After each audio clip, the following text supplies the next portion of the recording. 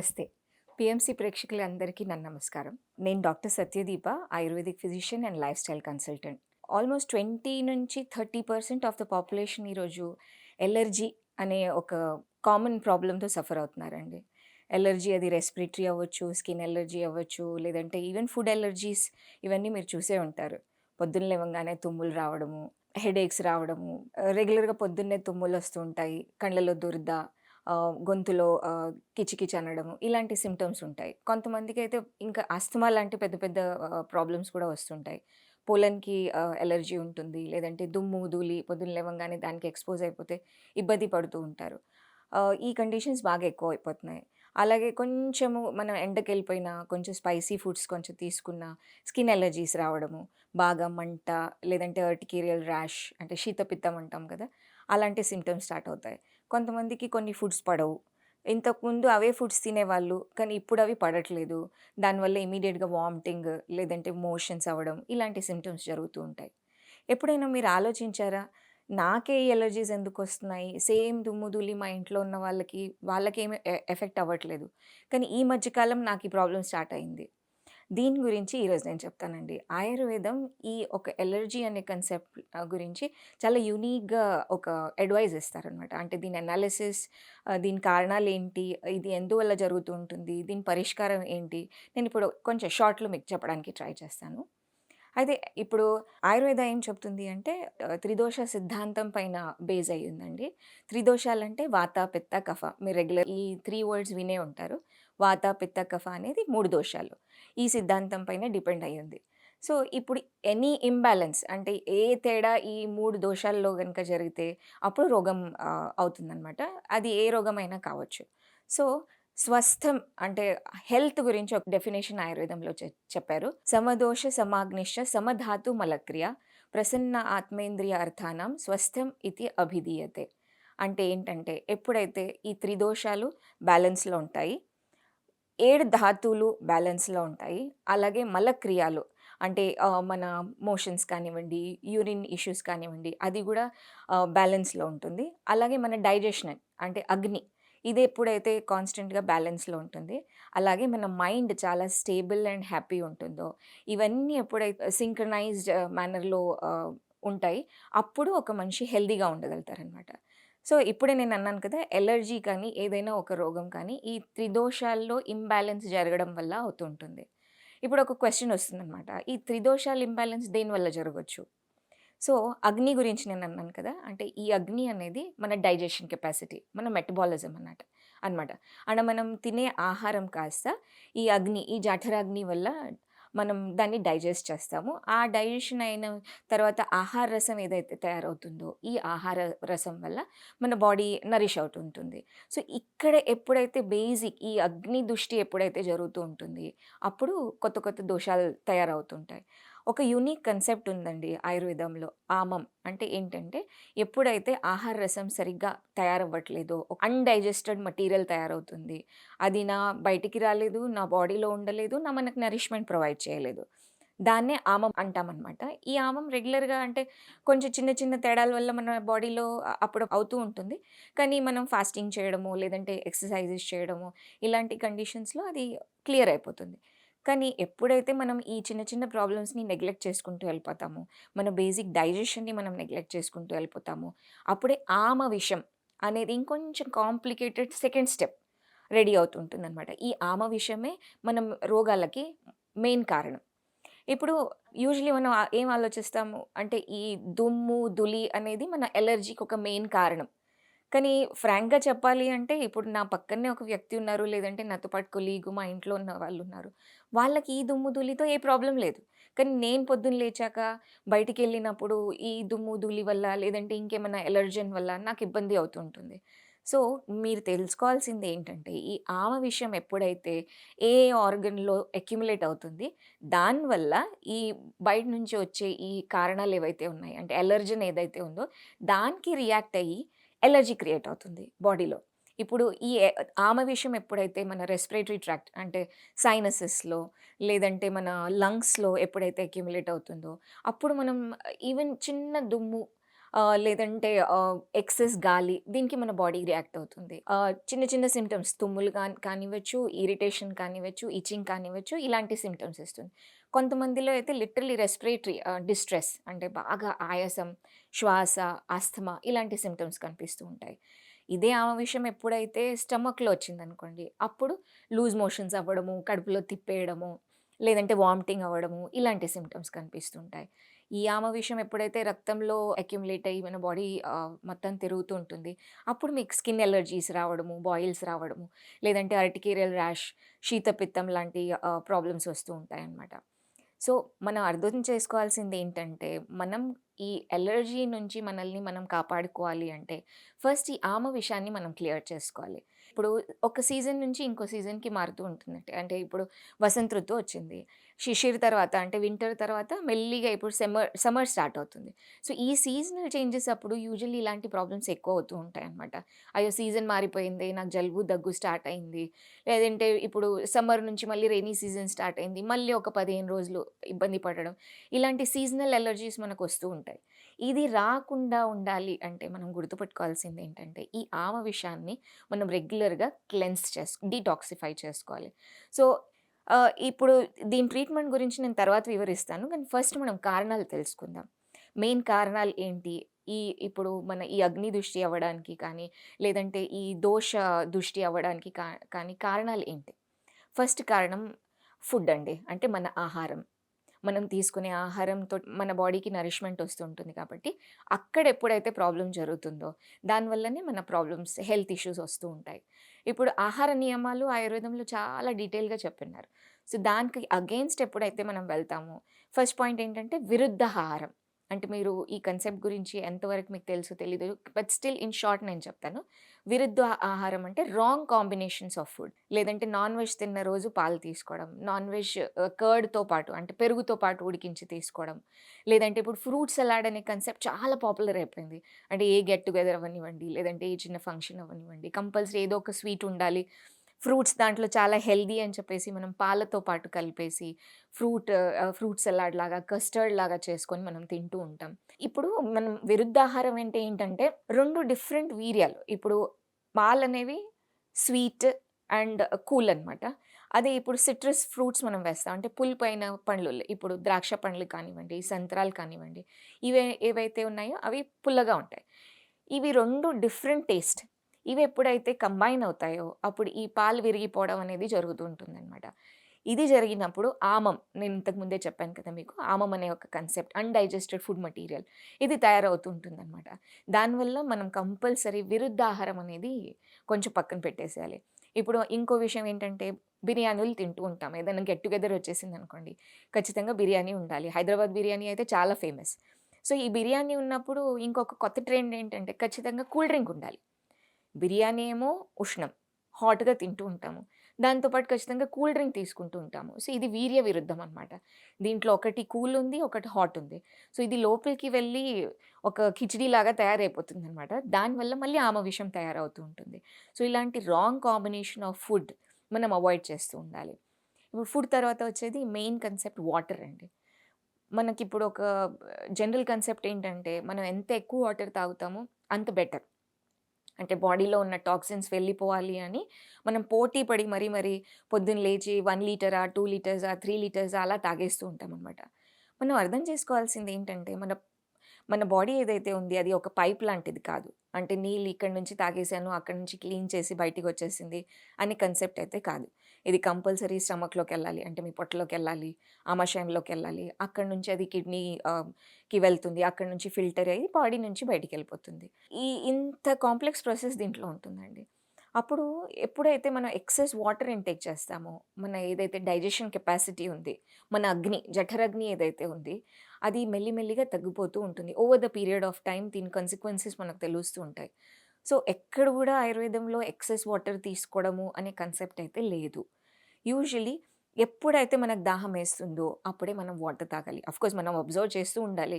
ఇప్పుడు కొన్ని విషయాలు కొంతమంది ఏంటంటే తెలియకుండా క్లైమేట్ చల్లగా ఉంది గదా! అని వాటర్ అవాయిడ్ చేస్తారు. అది కాదు. Minimum amount water essential. కానీ ఎక్సెస్ అనేది చాలా అంటే ఎక్సెస్ అనేది తీసుకోకూడదు. ఇప్పుడు యూజువల్లీ అతి సర్వత్ర వర్జయేత్. ఈ కన్సెప్ట్ లేదంటే ఈ కోట్ మీరు రెగ్యులర్‌గా వినే ఉంటారు. దీంట్లో గూడా ఇది వర్తిస్తుందనమాట. ఎక్సెస్‌గా ఎప్పుడైతే మీరు వాటర్ తీసుకుంటారో మీకు ఇబ్బంది అవుతుంది. సో, ఈ డైజెషన్ కెపాసిటీ, ఈ ఆమం అనే కన్సెప్ట్ మళ్ళీ ఇక్కడ గూడా చెప్తున్నాను. సో, వాటర్ ఎక్సెస్ తీసుకున్నప్పుడు ఆమం అనే డెవలప్ అయ్యి ఆమ విషయం వల్ల మళ్ళీ అలర్జీస్, కొత్త కొత్త రోగాలు ఇవన్నీ వస్తూ ఉంటాయి. సో, ఎక్సెస్ వాటర్ గూడా అవాయిడ్ చేయాలి. వీలైనంత వరకి మధ్య మధ్యలో ఇప్పుడు మనం చాలా వరకు చేసిందేంటంటే, బాగా వేడిగా ఉంటుంది కదా అని chilled water, ice cool water ఇలా తీసుకుంటూ ఉంటాము. లేదంటే వాటర్ ఎందుకులే కూల్ డ్రింక్ ఉంది కదా అని ఏరేటెడ్ డ్రింక్స్, కార్బోనేటెడ్ డ్రింక్స్ ఇవన్నీ కూల్‌గా ఉన్నప్పుడు, చిల్డ్‌గా ఉన్నప్పుడు తీసుకుంటూ ఉంటాము. ఈ రాంగ్ కాంబినేషన్స్ ఈ చల్లతనం వల్ల కూడా మన డైజెషన్ కెపాసిటీ తగ్గుతూ ఉంటుంది. అది కూడా రోగానికి ఒక కారణం. సో, ఇప్పుడు మనం ఫుడ్ గురించి తెలుసుకున్నాము, వాటర్ గురించి తెలుసుకున్నాము. ఇప్పుడు నేను లైఫ్ స్టైల్ గురించి చెప్తానండి. యూజువల్లీ ఇప్పుడు ఇవాళ రేపు మనం చూసిందేంటంటే, మన బిజీ లైఫ్ స్టైల్ వల్ల ఎక్సర్సైజ్ అంటే వ్యాయామం అనేది మర్చిపోతున్నాం. ఎంతమంది పొద్దున్న లేచి యాక్టివ్‌గా ఎక్సర్సైజెస్ చేస్తున్నారు? చాలా తక్కువ మంది. అంటిల్ అండ్ అన్‌లెస్ ఏదన్నా వచ్చింది, లేదంటే ఏదైనా హెల్త్ ఇష్యూ వచ్చింది, లేదంటే నేను చాలా హెల్త్ కాన్షియస్ ఉన్నాను కదా అని చెప్పేసి ఎక్సర్సైజ్ చేస్తూ ఉంటారు. కానీ ఒకటి అర్థం చేసుకోవాల్సిందేంటంటే, రెగ్యులారిటీ ఈజ్ వెరీ ఇంపార్టెంట్. రోజు 15-20 మినిట్స్ అంటే మన బాడీ కెపాసిటీని బట్టి మనం రెగ్యులర్‌గా ఎక్సర్సైజెస్ చేయాలి. అది సీజన్‌ని బట్టి ఉండొచ్చు, మీ ఏజ్‌ని బట్టి ఉండొచ్చు, మీ బలాన్ని బట్టి ఉండొచ్చు. అంటే ఒక కన్సెప్ట్ మీరు అర్థం చేసుకోవాల్సిందేంటంటే, exercise is very essential. But అది అర్ధ బలం. అంటే ఏంటంటే, మన కెపాసిటీకి ఒక హాఫ్ కెపాసిటీతో మనం ఎక్సర్సైజెస్ చేయాలి. ఇప్పుడు నేను ఎక్సర్సైజెస్ చేయాలి అని డాక్టర్ గారు చెప్పారు.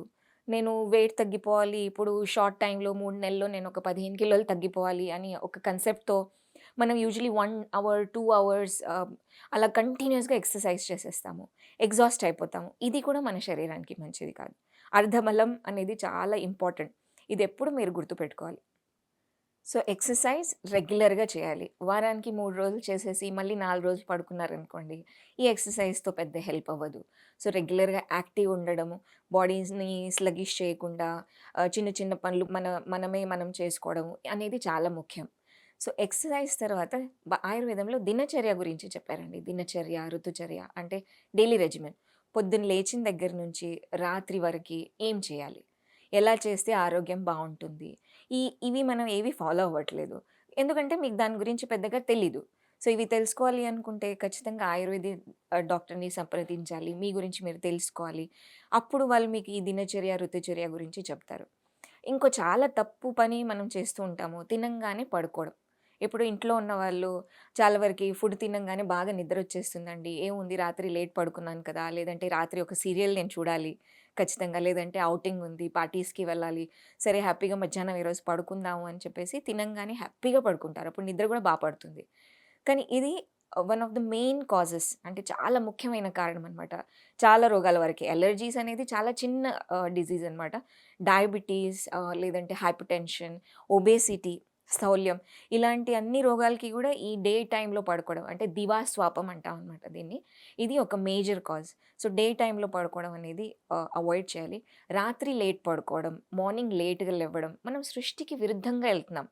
యూజువల్లీ సూర్యుడు పొద్దున్నే అరౌండ్ 5:30, 6కే సూర్యోదయం అయిపోతుంది. 6:30, 7 వరకి సూర్యాస్తం అయిపోతుంది.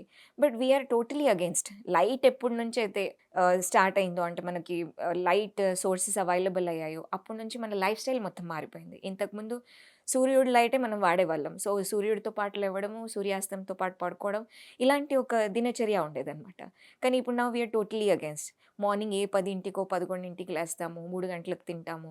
మళ్ళీ రాత్రి 12, 1 గంటకి పడుకుంటాము. ఇప్పుడైతే మనం ఇది రొటీన్‌గా కంటిన్యూ చేస్తూ ఉంటాము. దీని ఎఫెక్ట్ అంతా ఈ మన త్రిదోషాల పైన, మన అగ్ని పైన, మన ధాతుల పైన ఉంటుంది.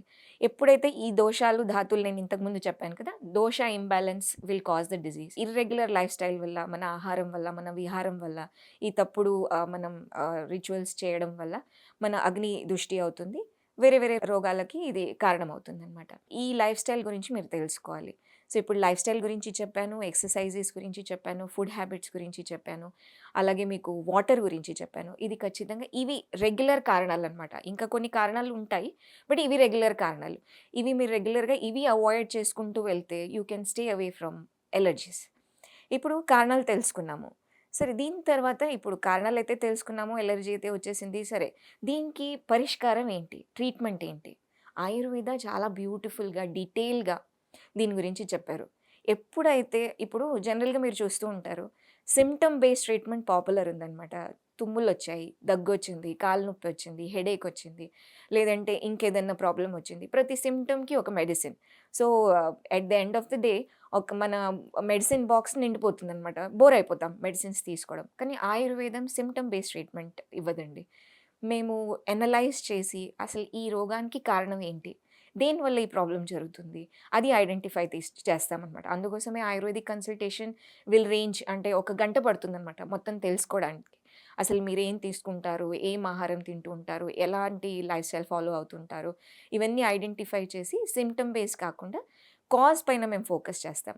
ఎప్పుడైతే మీకు మేము కాజెస్ చెప్తామో, ఆ కాజెస్‌ని మీరెప్పుడైతే అవాయిడ్ చేస్తారో, అంటే ఈ కారణాలని మీరు అవాయిడ్ చేస్తారో, అప్పుడు సగం డిజీజ్ తగ్గిపోయినట్టే. ఆ సగం మిగిలిన 50% ట్రీట్మెంట్ మేము ఔషధి ద్వారా మీకు చేస్తూ ఉంటాము. సో, కారణాలు ఐడెంటిఫై చేసుకోవడం, దాని నుంచి దూరం ఉండడం అనేదే మెయిన్ పరిష్కారం. ఇప్పుడు ఎలర్జీ వచ్చింది కదా! నేను పోలన్ నుంచి దూరం ఉండలేను. కానీ ఈ పోలన్ నాకెందుకు రియాక్ట్ అవుతుంది? లేకపోతే ఈ దుమ్ము, ధూళికి, ఈ ఆహారానికి నేనెందుకు రియాక్ట్ అవుతున్నాను? ఇది మనం తెలుసుకోవాలి. ఇప్పుడు కారణాలు చెప్పాను. ఆహారం ఉంది. సో, ఆహార నియమాలు ఆయుర్వేదంలో చాలా నీట్‌గా, డీటెయిల్‌గా చెప్పారు. సో, దినచర్య, ఋతుచర్య అంటే డైలీ రెజిమెన్, సీజనల్ రెజిమెన్ ఇవి డీటెయిల్‌గా ఉన్నాయి. ఇప్పుడు ఆహార నియమాల్లో మెయిన్ ఆహారం టైంకి తినడము, దాంట్లో షడ్‌రుచులు అంటే మధుర, ఆమ్ల, లవణ, కట్టు, తిక్త, కషాయ ఇలాంటి 6 టేస్ట్స్ ఉండడం. ఇప్పుడు తీపి నచ్చిందనుకోండి, ఎక్కువ తీపి తినేస్తున్నాం. పులుపు నచ్చిందనుకోండి, ఎక్కువ పులుపు తినేస్తున్నాము. సో, ఇవన్నీ అతి సర్వత్ర వర్జయేత్ నేను ఇంతకుముందు అన్నట్టు ఇక్కడ గూడా ఒక రసం అంటే ఒక టేస్ట్ ఎక్సెస్‌గా తీసుకోవడం అనేది అవాయిడ్ చేయాలి. టైంకి తినాలి. ఫస్ట్ అంటే ఇప్పుడు మార్నింగ్ బ్రేక్‌ఫాస్ట్ తిన్నాను. హెవీగా తిన్నాను. ఎక్కడో బయటికెళ్ళిపోయాను అనుకోకుండా హెవీగా తినాల్సొచ్చింది. లంచ్ టైమ్ వరకు ఆకలవ్వలేదు. సో, ఆ టైంలో మనం ఫుడ్ అనేది రిస్ట్రిక్ట్ చేయాలి. లేదు ఆ టైం అయిపోయింది గదా! బాక్స్ తీసుకొచ్చాను కదా! అని తినేయడం అనేది రాంగ్ కన్సెప్ట్. సరే లంచ్ హెవీగా తీసుకున్నారు. ఆ రోజు కొంచెం డిన్నర్ టైమ్ వరకి ఆకలవ్వలేదనుకోండి, డిన్నర్ అవాయిడ్ చేయండి. అప్పుడు మనకిది ఇన్‌కంప్లీట్ డైజెషన్ ఏదైతే అవుతుందో, మన బాడీ పైన ఎప్పుడైతే ఈ ఆహారం వల్ల లోడ్ అవుతుందో, అది మనం ఫాస్టింగ్ చేయడం వల్ల క్లియర్ అవుతూ ఉంటుందనమాట. సో, ఈ ఆహార నియమాలు మనం ఖచ్చితంగా పాటించాలి. విరుద్ధాహారం ఏదైతే కన్సెప్ట్ నేను ఇంతకు ముందు చెప్పానో, అది మనం అవాయిడ్ చేయాలి. వాటర్ ఇంటేక్ అనేది లిమిటెడ్‌గా ఉండాలి. తర్వాత వీలైనంత వరకి డే మొత్తంలో మధ్య మధ్యలో వేడి నీళ్ళు తాగడం. అంటే గుర్తుపెట్టుకోండి ఎప్పుడైతే మనం వేడి నీళ్ళు తాగుతూ ఉంటామో, ఒక్కొక్కసారి ఈ మనం తినడం ఎక్సెస్ తినడం వల్ల అనుకోండి, లేదంటే నిద్ర తక్కువ అవ్వడము, ఇలాంటి కారణాల వల్ల ఎప్పుడైతే కొంచెం ఈ ఆహార రసం కొంచెం డిస్టర్బ్డ్‌గా ఉన్నప్పుడు ఈ వేడి నీళ్ళు తాగడం వల్ల అది గూడా డైజెస్ట్ అయిపోతుంది. So, this is like a short detox. అంటే మనం ఇంట్లో చేసుకోవాల్సిన చిన్న చిన్న డీటాక్స్ ప్రొసీజర్స్ అనమాట. ఇంతకుముందు కాలంలో ఏకాదశి రోజు కానీ, లేదంటే మధ్య మధ్యలో ఫెస్టివల్ టైంలో ఇప్పుడు శివరాత్రి జరిగింది. ఫాస్టింగ్ చేశాం. సో, ఇలాంటి ఫాస్టింగ్ అనే కన్సెప్ట్‌తో ఏమయ్యేది అంటే, మన బాడీ డీటాక్స్ అయిపోయేది. అంటే ఆహార రసం ఈ అగ్ని దృష్టి వల్ల, లేదంటే ఈ ఇంబాలన్స్ ఆఫ్ దోషాస్ వల్ల ఎప్పుడైతే ఆహార రసం ఆమ విషాలు డెవలప్ అవుతున్నాయి. ఈ ఫాస్టింగ్ వల్ల అది క్లియర్ అయిపోతుండే. కానీ ఇప్పుడు మనకి ఉపవాసాలు చేసే ఓపికలు లేవనమాట. సో, అటువంటప్పుడు రోగాలొస్తూ ఉంటాయి. సో, అప్పుడప్పుడు మధ్య మధ్యలో 15 డేస్‌కొకసారి మీ కెపాసిటీని బట్టి ఫుల్ ఫాస్టింగ్ చేయకున్నా అట్‌లీస్ట్ లైట్ డయట్ అంటే జస్ట్ సూప్స్ తీసుకోవడం. పెసరపప్పుతో, గంజితో, అన్నం గంజితో జస్ట్ ఆ లిక్విడ్ డయట్ పైన మీరు మెల్లి మెల్లిగా కొంచెం అప్పుడప్పుడు ఫాస్టింగ్ చేస్తూ ఉండండి. సో, ఇప్పుడు పంచకర్మ అనే కన్సెప్ట్ మీరు రెగ్యులర్‌గా వినే ఉంటారు. అంటే పంచకర్మలు ఇప్పుడు మసాజ్ అనే కన్సెప్ట్ మీదనే ఎళ్ళిపోతుంది. కానీ పంచకర్మ అనేది మసాజెస్ ఓన్లీ కాదండి. పంచకర్మ అనేది వమన, విరేచన, వస్తి, నస్యం, రక్తమోక్షణ ఇవి 5 కర్మలు. సో, ఇప్పుడు ఈ సీజనల్ అలెర్జీస్ ఎప్పుడైతే మనకొస్తూ ఉంటాయి. ఇప్పుడు జనరల్‌గా అందరూ అనుకుంటారు. ఇప్పుడు ఈ మార్చ్ ఈ టైంలో ఆయాసము, ఆస్తమా, జలుబు, దగ్గు ఇలాంటి రోగాలొస్తూ ఉంటాయి. ఇప్పుడు ఈ రోగాలు నాకు రాగూడదు అన్నప్పుడు మనం ఏం చేయాలి అంటే సీజనల్ రెజిమెన్. ఇప్పుడు ఈ వసంత ఋతువులో యూజువల్లీ వమనం అనే ఒక పంచకర్మ మనం చేస్తూ ఉంటామనమాట. ఈ రెగ్యులర్‌గా మీరు ఈ వమనం ఆయుర్వేదిక్ డాక్టర్‌ని కన్సల్ట్ చేసుకొని, మీకు ఇలాంటి ప్రాబ్లమ్స్ ఉన్నప్పుడు మీరు ఈ వమనం చేయించుకున్నప్పుడు, అలాగే శరద్ ఋతువులో పిత్తం రిలేటెడ్ ప్రాబ్లమ్స్ ఎప్పుడైతే ఉన్నాయో, అప్పుడు విరేచనం చేయించుకోవడం. వర్షా ఋతువు అంటే రెయినీ సీజన్‌లో మీకు జాయింట్ రిలేటెడ్ ప్రాబ్లమ్స్ ఎక్కువున్నప్పుడు వస్తీ అనే ట్రీట్మెంట్ చేయించుకోవడం. రెగ్యులర్‌గా అంటే నస్యం, రక్తమోషణం యాస్ అండ్ వెన్ రిక్వైర్డ్ అలా అప్పుడు చేయించుకుంటూ ఉంటే సంవత్సరం మొత్తం మీరు రోగాల నుంచి దూరం ఉండొచ్చనమాట. సో, ఆయుర్వేదిక్ డాక్టర్‌కి మీరు సంప్రదించాలి. ఇదంతా తెలుసుకోవాలి అన్నప్పుడు ఫస్ట్ మీరు మీ బాడీ టైప్ అంటే ప్రకృతిని తెలుసుకోవాలండి. అంటే ఇది అందరికీ వస్తుంది, లేకపోతే ఒకరికే వస్తుంది అనేది లేదు. సో, మీ బాడీ టైప్‌ని బట్టి గూడా మీకు ఆహ్, ఎలర్జీస్ అనేవి లేదంటే వేరే రకరకాల రోగాలు రావడం అనేది జరుగుతూ ఉంటుంది. ఇప్పుడు కఫ ప్రకృతి ఉన్నారనుకోండి, వాళ్ళకి జలుబు, దగ్గు, ఒబేసిటీ, స్థౌల్యం ఈ రోగాలు ఎక్కువ వస్తుంటాయి. పిత్త ప్రకృతి వాళ్ళున్నారనుకోండి, వాళ్ళకి యాసిడ్ రిలేటెడ్ ఇష్యూస్ లేకపోతే స్కిన్ రిలేటెడ్ ఎలర్జీస్ ఎక్కువ వస్తుంటాయి. వాత ప్రకృతి వాళ్ళున్నారనుకోండి, వాళ్ళకి జాయింట్ పెయిన్స్, బ్యాక్ పెయిన్ ఇలాంటి ప్రాబ్లమ్స్ ఎక్కువ వస్తూ ఉంటాయి. సో, మీరు గనుక మీ ప్రకృతి గురించి తెలుసుకొని దాన్ని బట్టి మీకు వాళ్ళిచ్చిన ఇన్‌స్ట్రక్షన్స్ అంటే ఆహార నియమాలు, విహార నియమాలు మీరు ఫాలో అయ్యారనుకోండి, you can stay away from the diseases. So, ఇవన్నీ కారణాలు మీరు తెలుసుకున్నారు. కారణాల్ని ఎలా అవాయిడ్ చేయాలి మీరు తెలుసుకున్నారు. ట్రీట్మెంట్ ఇప్పుడు నేను చిన్న చిన్న టిప్స్ ఇస్తానండి మీకు. అంటే మీరు ఇంట్లో ఇవి టిప్స్ ఫాలో అవ్వచ్చు. ఇప్పుడు నస్యం అనే కన్సెప్ట్ ఏదైతే ఉందో ప్రతిమర్శ నస్యం. దీంట్లో మనం ఏం చేస్తామంటే పొద్దున్న లెవంగానే బ్రష్ చేసుకున్న తర్వాత 2, 2 చుక్కలు నువ్వుల నూనె. ఒకవేళ నువ్వుల నూనె నా దగ్గర లేదు అనుకుంటే అణు తైలం అని మార్కెట్‌లో దొరుకుతుంది. ఇది ఆయుర్వేదం షాప్స్‌లో మీకు దొరుకుతూ ఉంటుంది. ఈ ఆయిల్ తెచ్చుకొని 2 డ్రాప్స్ 2, 2 చుక్కలు ముక్కులో వేసుకోవాలి. వేసుకున్న తర్వాత చిన్నగా జస్ట్ మైల్డ్‌గా మసాజ్ చేసుకోండి. సో, ఇది చేసేసి దెన్ యూ కెన్ స్టార్ట్. అంటే మీరు డైలీ రొటీన్ ఫాలో అయిపోవచ్చు. మళ్ళీ ఈ నస్యం మీరు రాత్రి పడుకునేటప్పుడు ఫాలో అవ్వాలి. అలాగే మీరు కొన్ని అంటే ఆయుర్వేదిక్ డాక్టర్‌ని ఫాలో అయిపోతే వాళ్ళు కొంచెం మీకు హెల్త్ డ్రింక్స్ చెప్తారు. అంటే ఇప్పుడు పాలు ఇంకా పసుపు కాంబినేషన్ మంచిది. ఈ పాలతో పాటు పసుపు వేసుకున్నప్పుడు కొంచెం మిరియాలు వేసుకోవడం. దాంతో ఈ సైనసైటిస్ లాంటి అలర్జీస్ మనం దూరం పెట్టొచ్చు.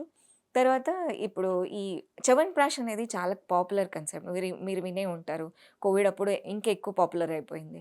సో, చ్యవన్ప్రాష్ కాకుండా అగస్త్య రసాయనం ఉంది. మనకు చిత్రక హరితకి ఉంది. ఇలాంటి రకరకాల రసాయనాలున్నాయి. ఇవి మనం రెగ్యులర్‌గా వాడుకోవచ్చు. కానీ ఆఫ్‌కోర్స్ ఇది వాడేటప్పుడు కూడా ప్రకృతిని ఆలోచించి మీ డాక్టర్‌ని కన్సల్ట్ చేసి వాడితే మీరు ఇంకొంచెం ఎక్కువ బెనిఫిట్స్ పొందగలుగుతారనమాట. సో, ఈరోజు మీరు ఈ అలెర్జీస్ గురించి తెలుసుకున్నారు కదండీ! సో, వచ్చే కొత్త ఎపిసోడ్స్‌లో నేను ఇంకో రకరకాల వేరే ప్రాబ్లమ్స్ గురించి మీతో డిస్కస్ చేస్తాను. నమస్తే.